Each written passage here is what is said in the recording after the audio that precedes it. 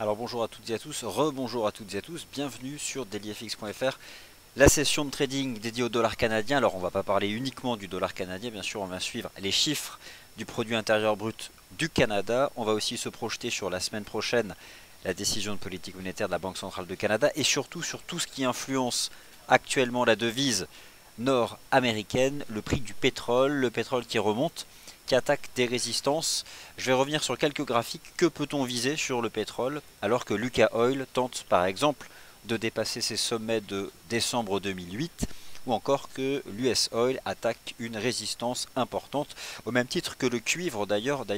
Toutes les matières premières industrielles s'attaquent à des résistances et on peut encore finalement constater la dimension précurseur du Forex, puisque le dollar canadien se renforce depuis déjà plusieurs semaines.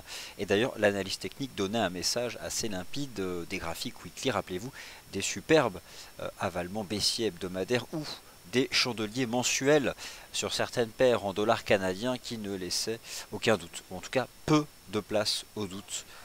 USD-CAD en janvier, GBP-CAD en janvier, EURO-CAD et la semaine dernière des bougies japonaises qui donnent du potentiel. Alors l'idée c'est quoi? C'est déjà se concentrer sur la publication macroéconomique, la comprendre, parce que là le dollar canadien se renforce alors qu'on attend tout de même des chiffres décevants, en tout cas mauvais pour la croissance économique. Et je jetais déjà un œil au consensus Bloomberg quant à la décision de politique monétaire que pourrait prendre le mercredi 9 mars la Banque centrale du Canada. Eh bien, certains envisagent une baisse des taux. Alors, est-ce que cela correspond à la remontée actuelle du prix de l'énergie et des matières premières industrielles?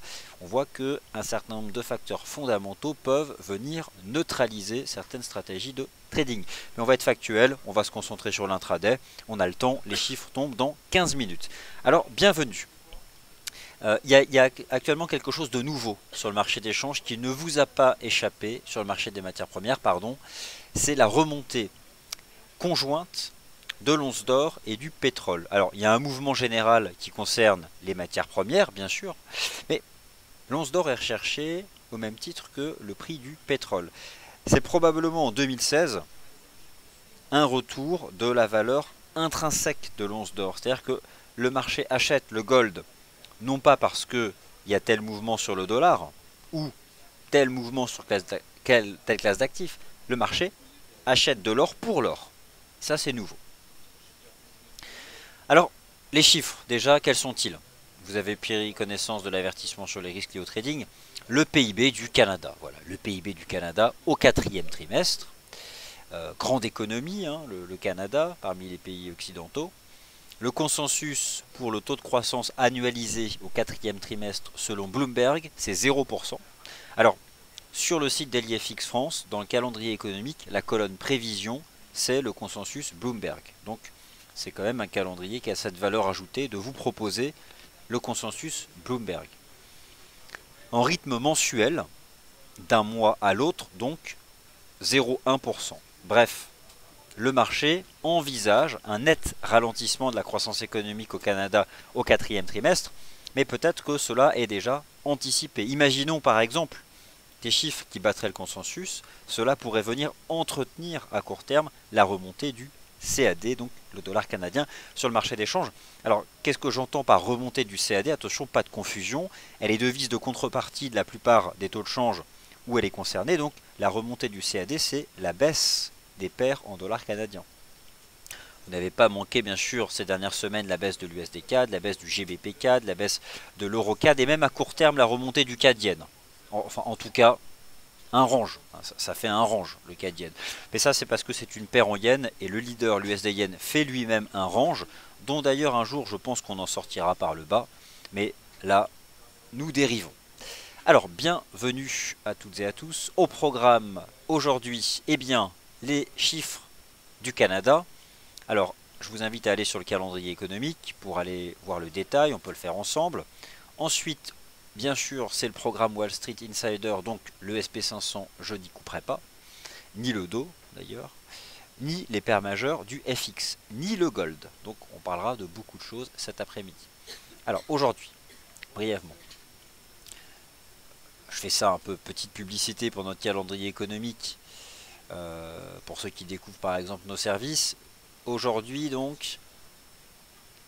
Voilà. Donc vous avez ici le consensus Bloomberg.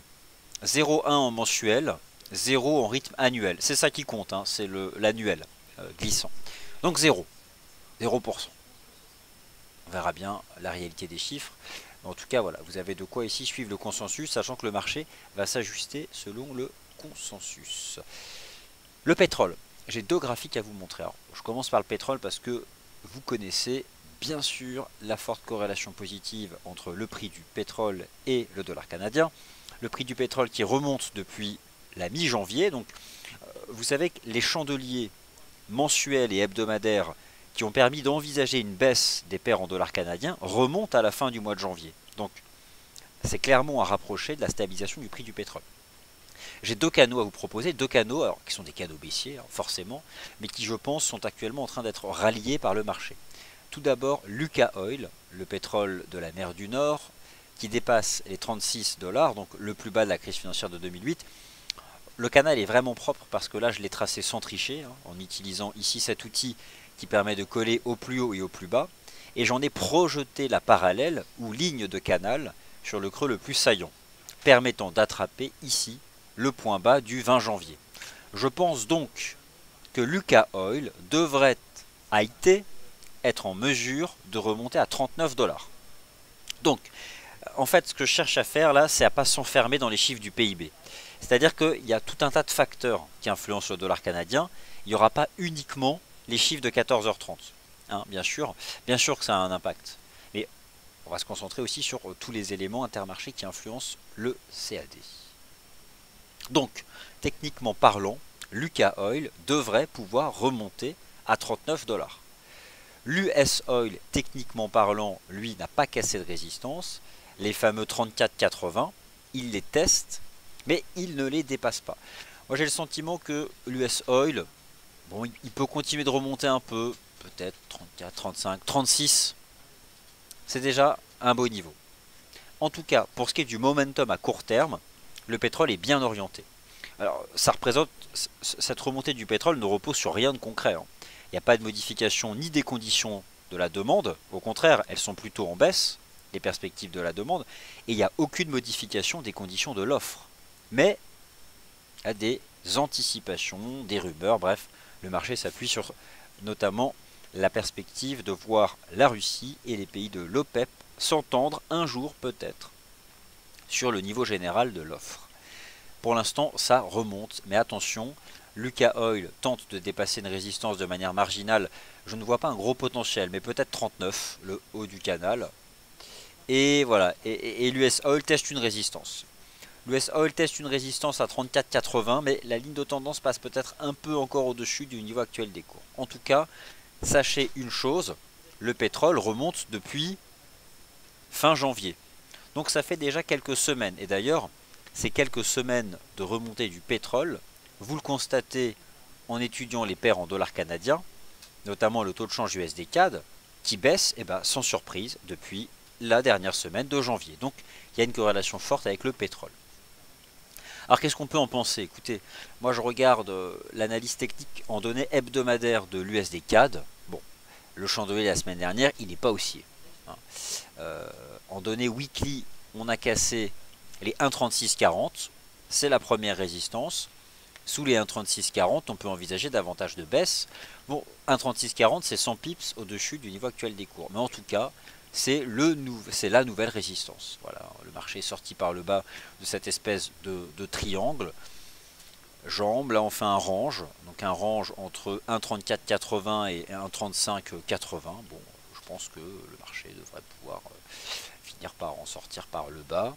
Ça peut être du fait de l'USD. Bon, en tout cas, voilà. Pour l'instant, le marché construit ce range. Le GBP CAD. Alors, le GBP CAD, il y a bien sûr le dollar canadien, mais attention, il y a aussi la livre sterling.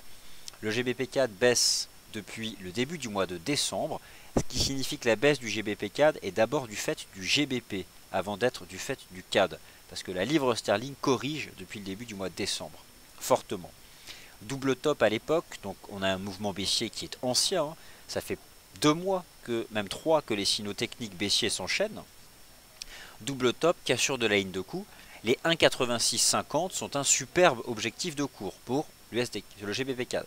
Sur le plan technique, il y a, je veux pas faire peur aux stratégies de vente, hein, mais on peut monter de 500 pips en rebond technique. La cassure, c'est 1,95. Donc, personne ne le sait, mais sur le plan de l'analyse technique, on peut faire un range entre 1,86 et 1,95. On peut tout aussi bien casser 1,86. Tout est possible en fait. C'est juste pour vous faire remarquer que sur ce genre de stratégie, si effet de levier il faut un sacré capital de trading pour faire face à un éventuel floating négatif. Donc nous sommes là sur des stratégies où je pense que pour tenir la distance, et donc les espérances de rentabilité, parce que à terme j'envisage un repli en direction d'un 80, il faut y aller sans effet de levier. Donc ça veut dire position de trading égale capital sur le compte et pas davantage. Bref, le GBP CAD rebondit, il faut lui laisser le temps de remonter. 1,90 c'est bien sûr la première résistance, mais ce n'est que la première résistance. En fait, sur le GBP CAD, je raisonne à la fois en termes de paire en dollars canadiens, mais je n'oublie pas le GBP qui est quand même une devise hyper volatile cette année. D'ailleurs, le GBP est la devise la plus faible pour tout un tas de raisons conventionnelles, non conventionnelles, exogènes. Hein, la perspective du Brexit. Le GBP USD alors est remonté, il a fait quoi, 1,4030 là. On est dans une phase de reprise. Je ne sais pas quand est-ce qu'elle sera terminée, mais c'est ça qui compte pour moi. Ce qui suggérerait la fin du rebond du GBP USD, ce serait la cassure des 1,3920. Le marché brise 1,3920, c'est le signal d'activation de la divergence haussière et c'est terminé. À l'heure actuelle, c'est faible et le marché construit un range entre 1,3840 et 1,4040. Alors combien de temps va durer ce range? Aucune idée, mais l'analyse technique, elle, en cassure de niveaux horizontaux, donnera la réponse. Donc pour l'instant, le GBP USD se stabilise sous l'effet de cette divergence haussière. L'Eurocad, complètement sous pression, mais là aussi, nous avons des mouvements anciens, c'est-à-dire que la baisse des paires en dollars canadiens dure depuis 6 semaines. La remontée du pétrole en fonction de l'US Oil ou de l'UK Oil de 4 à 6 semaines. Donc simplement pour revenir sur cet aspect-là, il s'agit de mouvements qui sont déjà anciens. Plusieurs semaines, ça peut être pour certains la définition du moyen terme. Dans tous les cas, l'Eurocad et son chandelier weekly de la semaine dernière sont complètement baissiers. Je pense qu'on va baisser davantage, mais la cassure technique de l'Eurocad, c'est 1,51. Alors de là, effectuer un pullback à 1,51 et de remonter de 400 pips, ça me paraît peu probable. Mais c'est aussi pour vous suggérer et vous rappeler que ce sont des tendances baissières bien anciennes et qu'à un moment ou à un autre peuvent intervenir des phases de reprise. Alors, j'ai un exemple concret à vous montrer à ce sujet. On va aller chercher le GBP Yen. Le GBP Yen, c'est une superbe tendance baissière. Mais par exemple, regardez, entre le 11 février et le 16 février, il y a eu un rebond technique de 700 pips. Il n'empêche que c'est une magnifique tendance baissière de moyen long terme. Et je pense qu'on va baisser davantage et qu'on ira à 147. Mais sur ce type de forte tendance, donc qui concerne plusieurs milliers de pips, il faut quand même garder à l'esprit que les rebonds techniques peuvent être de 700 pips. De 700 pips. Donc ça c'est important.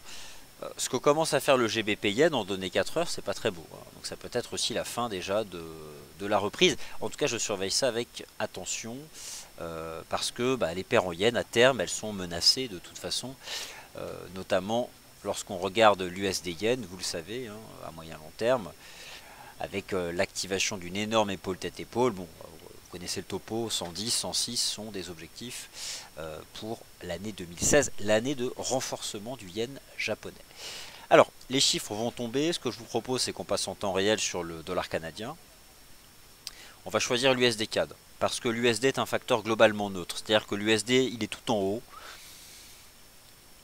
Il fait plus grand chose, il n'y a pas de vol cette année sur l'USD, c'est le GBP, le Yen, le CAD. Donc étant donné qu'il n'y a pas réellement de vol, on peut le considérer comme un facteur neutre qui permettra de comprendre comment le marché réagit aux chiffres du dollar canadien. Donc on les a en temps réel, et ensuite je regarde ce qu'on peut mettre en place comme stratégie intraday. Essayez de vous proposer des choses sans se forcer, hein, parce qu'à un moment ou à un autre, l'idée c'est pas de se forcer. Alors, s'il y a pas de... Moi, ce qui compte pour moi, c'est bien sûr la tendance. Mais derrière, pour la stratégie de trading, c'est le money management. Le money management, il est propre à tous parce qu'en grande partie dépendant de l'effet de levier. Et ça, on utilise tous des effets de levier différents. Plus l'effet de levier est fort, plus le stop est proche. Parce que si on a un stop à 400 pips avec un énorme effet de levier, si on se fait sortir, plus l'effet de levier est faible, plus le stop peut être éloigné du niveau actuel des cours. Mais il y a aussi le rapport entre l'espérance de gain et le positionnement du stop. Il y a tout un tas de facteurs qui font du money management quelque chose d'hyper directionnaire, mais probablement quelque chose au moins aussi difficile à déterminer que la direction des prix. Allez, les chiffres. Alors la réaction du dollar canadien, bon, il n'y a pas une grosse volatilité, hein, clairement, hein, on va être honnête. Pour l'instant c'est stable.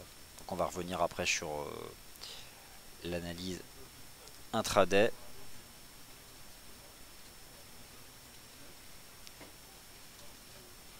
« 0,2 meilleur que les attentes, 0,2. Et 0,8 en rythme annuel. Où c'est bon. Oh, ce sont de solides statistiques. Ça va renforcer le dollar canadien. Alors, sans surprise, l'USD-CAD recule. Le CAD se renforce, chers auditeurs. Des très bons chiffres. Alors, en rythme annuel, on fait 8 fois mieux que le consensus. Et en rythme mensuel, 2 fois mieux que le consensus. Attendez-vous, suite à ces publications macroéconomiques, à un net renforcement du dollar canadien.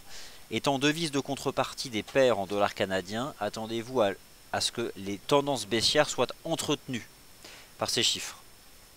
Alors là, on ne fait même pas référence au prix du pétrole, c'est simplement la macro du Canada. Et je pense que de tels chiffres écartent une baisse des taux la semaine prochaine par la BOC. Ce qui devrait donc donner raison au message de l'analyse technique des dernières semaines qui est baissier pour les paires en dollars canadiens. Je commence par l'USD-CAD suite à la publication de ces statistiques. Le marché a cassé le support majeur des 1,3640, engageant une nouvelle cible à 1,3350. À court terme, je pense que l'on peut continuer de vendre l'USD-CAD. Pour gérer son risque, vous avez une résistance à 1,3586. Donc, voilà ce que je vous propose.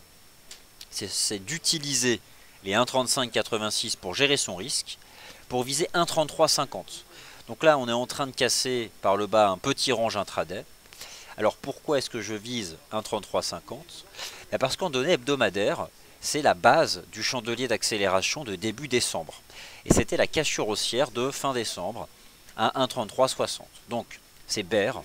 De toute façon, regardez ce chandelier weekly de l'USD-CAD, c'est juste baissier. Donc en plus, la macro, là, elle soutient le technique. Et lorsque technique et macro et momentum vont ensemble, on peut avoir une conviction forte. Donc USD-CAD baissier, première résistance 1,3586, objectif 1,3350. L'Euro-CAD. Euro-CAD baissier, rejet sous sa toute première résistance. À quel point c'est faible, 1,4746. Moi je vous confirme l'objectif de l'analyse technique à 1,45. C'est basé sur des graphiques de moyen terme. Le GBP CAD, c'est baissier.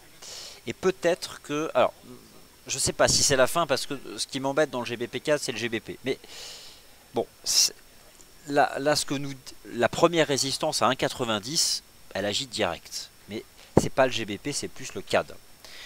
Donc on va dire que dans un premier temps, moi je vous invite à plutôt vous reporter à l'Euro-CAD et à l'USD-CAD. Bien sûr, le GBP-CAD c'est baissier, mais j'aimerais avoir la certitude que le GBP-USD a terminé sa stabilisation avant de vous orienter vers le GBP-CAD. Donc cet après-midi, d'ailleurs on peut simplement observer la volatilité réalisée, donc la taille des chandeliers en 5 minutes qu'ont fait les paires en dollars canadiens. On constate la réaction la plus volatile, elle est sur l'USD-CAD et l'Euro-CAD, avant d'être sur le GBP-CAD. Parce qu'il y a cette dimension du GBP dans le GBP-CAD qui se stabilise un peu à court terme. Mais je ne sais pas combien de temps. Donc voilà. Voilà pour l'USD-CAD. Donc les chiffres sont bons. sur plus ou moins tous les horizons de temps, le mensuel, l'annuel, le trimestriel. Donc voilà, avec des bons chiffres, ça renforce le CAD. Voilà pour le dollar canadien. Alors on va parler maintenant des matières premières. Je reviens sur le pétrole. Donc les pétroles, rien de nouveau sous le soleil. De toute façon, le pétrole se fiche du PIB canadien, alors que, par contre, le PIB canadien ne se fiche pas du pétrole. Hein. C'est un peu un sens unique. Pour l'instant, l'US Oil reste sous sa résistance à 34,80. C'est pas franchi, hein. Comme le cuivre. Le cuivre et l'US Oil sont sous leur résistance sans cassure haussière. Et l'UK Oil, c'est très marginal. Et le haut de canal n'est pas loin de la résistance horizontale. Donc attention quand même au pétrole. Par contre, sur le dollar canadien, vous avez là un message de l'analyse technique qui est hyper baissier pour les paires en dollars canadiens. Parce que haussier pour le CAD. Alors, forcément, comme l'explique Visiteur, si l'USD CAD est sous pression, le CAD Yen peut probablement, lui, remonter. Ce qui me gêne et ce qui m'invite à privilégier l'USD CAD, c'est que le CAD Yen est une paire en Yen. Et que les paires en Yen, j'estime qu'elles sont toutes amenées progressivement cette année à chuter. En lien avec la reprise du Yen. Alors, le CAD Yen remonte, soutenu par les chiffres. En effet, à court terme, on devrait pouvoir remonter à 84, mais le CAD Yen forme un range à court terme.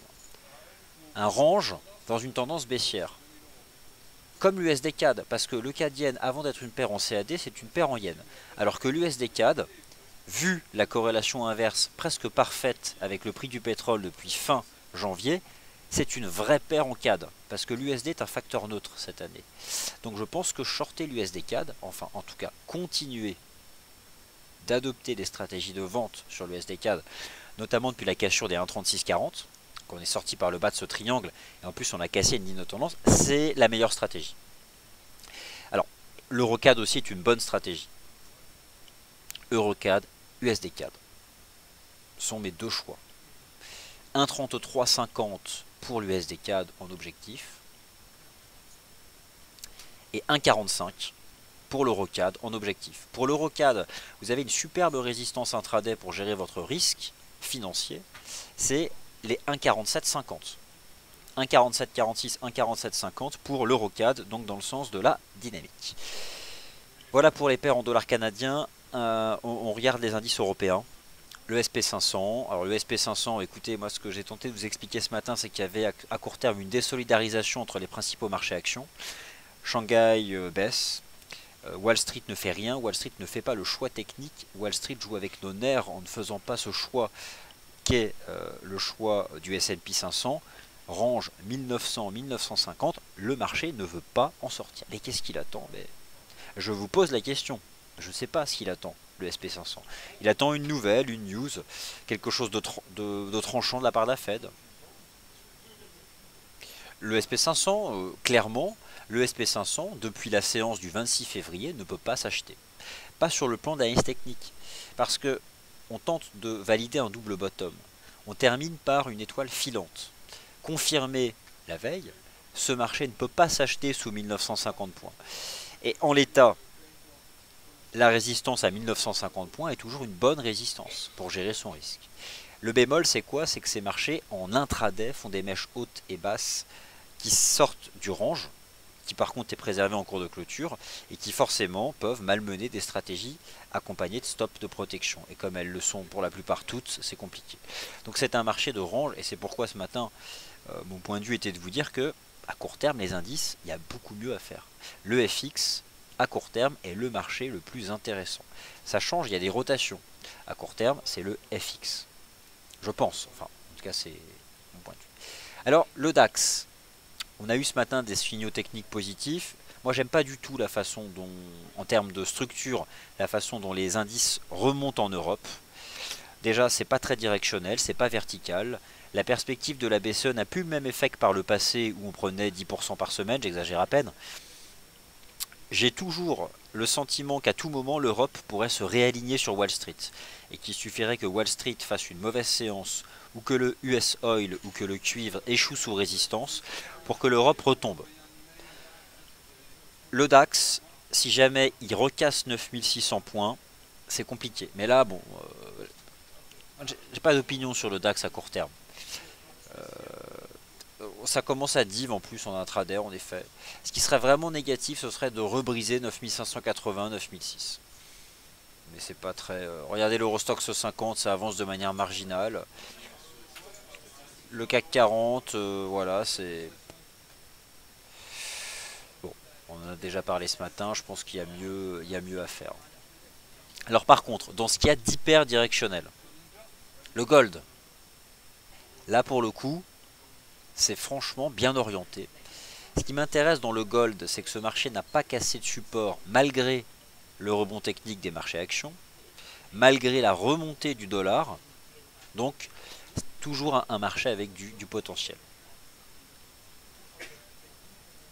Le FX.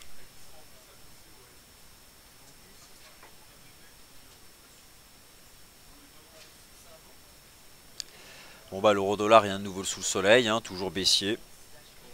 Alors aujourd'hui, la volatilité réalisée de l'euro dollar, je suis complètement bluffé. Il y a 39 pips. Une volatilité réalisée, donc la différence entre le plus haut et le plus bas depuis l'ouverture de la session asiatique, de 39 pips sur l'euro dollar. Donc c'est rien du tout, mais ça reste baissier depuis la cassure par le bas du canal. Et tout un tas de signaux techniques et surtout prix et momentum qui avancent ensemble.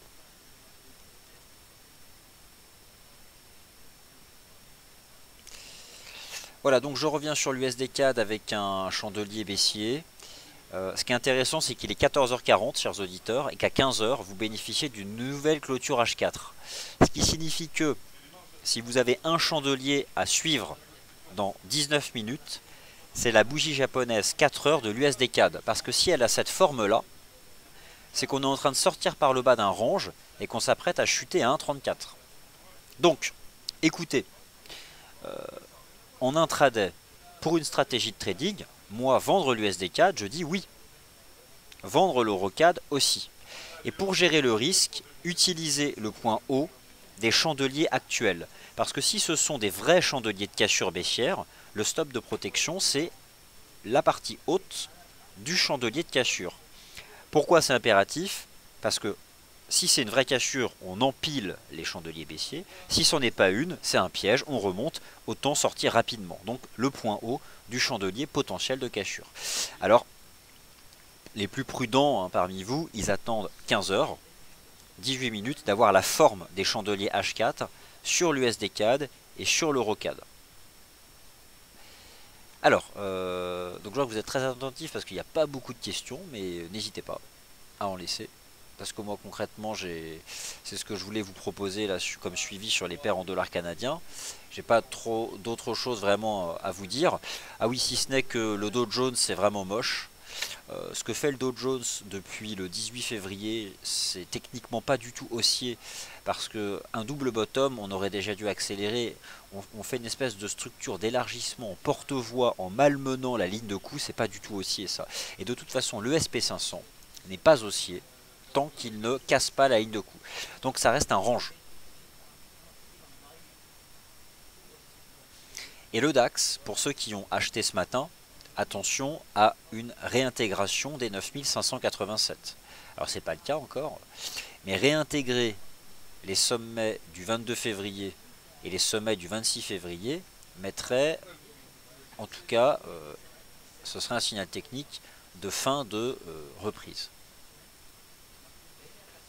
En fait, j'ai le sentiment que la reprise des marchés actions au sein de la zone euro, c'est pas vraiment un cas d'école, mais ça ressemble un peu à des biseaux. Et ça, c'est jamais bon. C'est un peu des figures d'essoufflement. Donc, je suis toujours assez méfiant.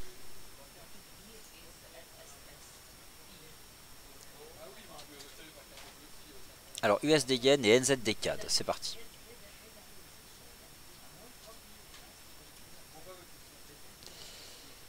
Alors, USD Yen, range trading, triangle, mais laissons le temps au triangle de se construire. Vous savez, si vous projetez l'apex du triangle sur l'axe du temps, potentiellement l'USD Yen pourrait rester en range tout le mois de mars. Mais c'est très bien. Un mois de transition latérale pour ensuite en sortir par le bas et aller à 106. Ça, c'est un scénario annuel en faveur d'un renforcement du yen. Donc à court terme, maintenant, l'USD Yen, ça reste quand même sous pression. Moi, je suis baissier à court terme sous 114. C'est le dernier test de la partie haute du triangle.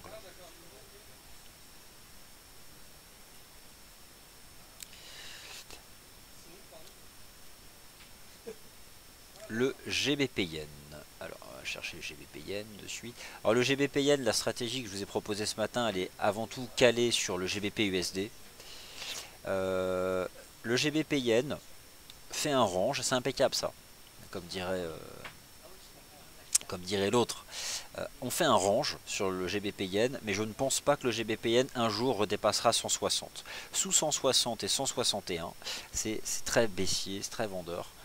Simplement laisser les indicateurs remonter un peu. Plus le momentum remonte, plus on prend le temps de dériver à plat, mieux sera le potentiel de la stratégie baissière de moyen long terme. Donc l'idée sur le GBP Yen, c'est qu'on n'a pas encore d'indication de fin de reprise, mais on peut se caler sur le câble.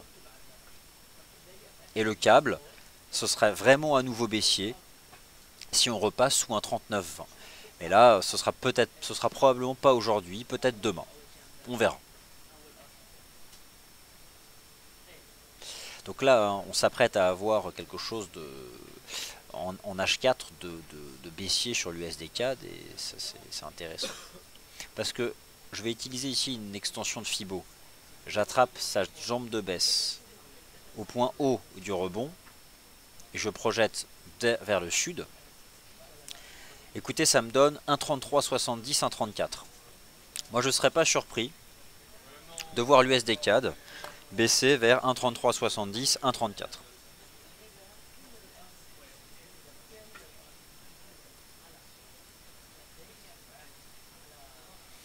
Alors bonjour Georges, vous avez shorté le GBP Yen mauvaise pioche. Et non, mon cher Georges, c'est bien de vendre le GBP Yen, parce que c'est la tendance baissière. Mais ensuite, mauvaise pioche, peut-être que vous faites référence à votre prix d'entrée.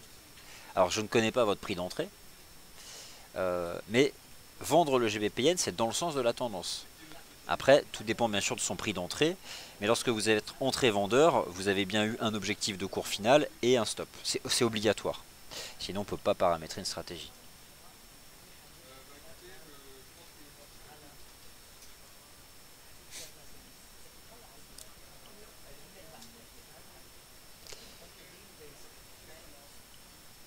Alors,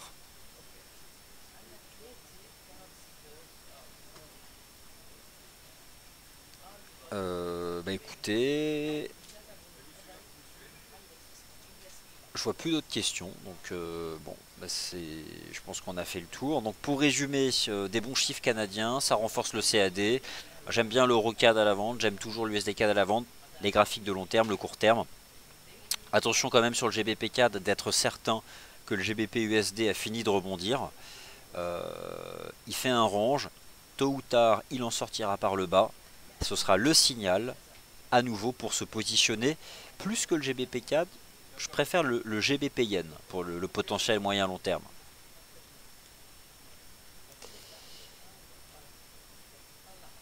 Allez, on commence. Ah, alors question sur l'euro yen. Alors, je vais chercher l'euro yen de suite. Alors l'euro yen a fait des nouveaux plus bas pendant la session asiatique et remonté au-dessus des 122,45. À court terme, les paires en yens sont neutres. Et ce qui incarne cette neutralité, c'est le triangle de l'USD yen. Donc à court terme, l'euro yen ne m'inspire rien, mais serait à nouveau franchement baissier en cas de cassure des 122,45. Et on peut envisager aussi que ce marché fasse une sorte de triangle. Alors, le range des paires en yens, je ne sais pas combien de temps, ça va durer. Hein. Euro GBP.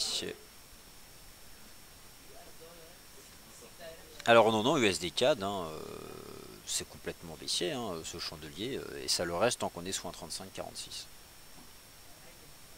Mais attendons en effet la bougie H4. Mais de toute façon, dans le sens de la tendance, je veux dire, je remonte un graphique weekly. Bon, bah voilà, je veux dire, le graphique weekly permet aussi de ne pas tomber dans le bruit intraday d'une séance. Ça va au moins ici, voire à terme revenir ici. Donc là, on est juste dans le sens de la tendance et sur l'ensemble de la semaine, on a même fait le pullback sous les 1,3640.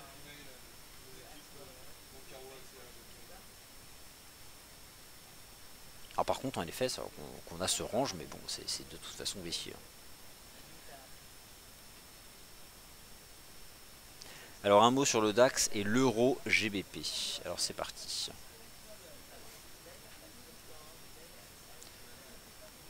Bah, le DAX, bon, on tient 9587, mais moi de toute façon, j'exclus surtout à... Bon, il y a le premier support, 9587, 9600. Ça a été dépassé ce matin. On peut croire à davantage de reprises tant qu'on est au-dessus, mais si vous voulez, sur les indices boursiers, c'est ça que je regarde. Et le SP500, dans un tel range, ne me donne envie d'acheter aucun indice boursier. Donc même en intraday, je suis assez mal à l'aise. Sans ignorer les signaux techniques positifs qui ont été donnés ce matin, je considère que, quitte à intervenir, autant le faire en intraday. Donc en 15 minutes, les signaux d'achat, c'était ce matin. Maintenant, pour gérer son risque, si on a acheté ce matin, c'est sous 9587. Je pense qu'on ne peut faire que ça, là, gérer son risque, parce qu'on ne peut pas vendre à 9600, puisque c'est un support. Par contre, en cassure, là, je pense qu'on peut revenir au contact de cette ligne de tendance. Mais plutôt que vous dire une bêtise, étant donné que je n'y vois pas très clair sur les indices boursiers, permettez-moi de me concentrer sur des stratégies FX qui sont directionnelles. Donc voilà, à l'image de l'USD-CAD, à l'image de l'euro-CAD, de l'euro-dollar, je pense qu'on a des belles stratégies directionnelles, bien rythmées.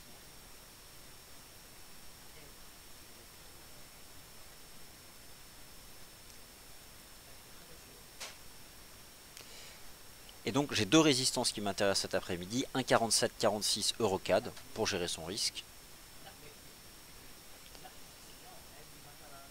Et sur l'USD-CAD, eh bien, écoutez, je vais vous en proposer une plus serrée, qui est le chandelier en cours, 1,3544.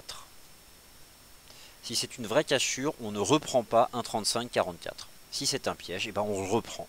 Et on reste dans un range entre 1,3480 et 1,3580, le range de 100 pips actuel. Mais honnêtement, bien voilà, je vais prendre ce risque, enfin ce risque c'est bien sûr indicatif, hein, mais de vous conseiller 1,3544 comme ultime gestion du risque financier pour une stratégie intraday. 1,3544. Voilà, bah écoutez, là je pense que pour le coup j'ai fait le tour des questions, donc merci d'avoir été attentif. La prochaine émission, nous sommes mardi, donc il n'y a pas encore les points de marché Ishimoku, on reprend la semaine prochaine pour les points de marché Ishimoku, donc la prochaine émission c'est 17h30 pour la closing bell. Merci à toutes et à tous. Dans 7 minutes, vos bougies japonaises H4, il y en a deux qui sont intéressantes, USD-CAD et EuroCAD. Et concrètement, si le chandelier, si le corps est assez négatif, donc on va dire un corps négatif qui occupe au moins les 2/3 du terrain, comme c'est le cas maintenant, une stratégie de vente en gérant son risque au-dessus du point haut du chandelier en cours, c'est techniquement intéressant. Merci à tous et à plus tard sur DailyFX.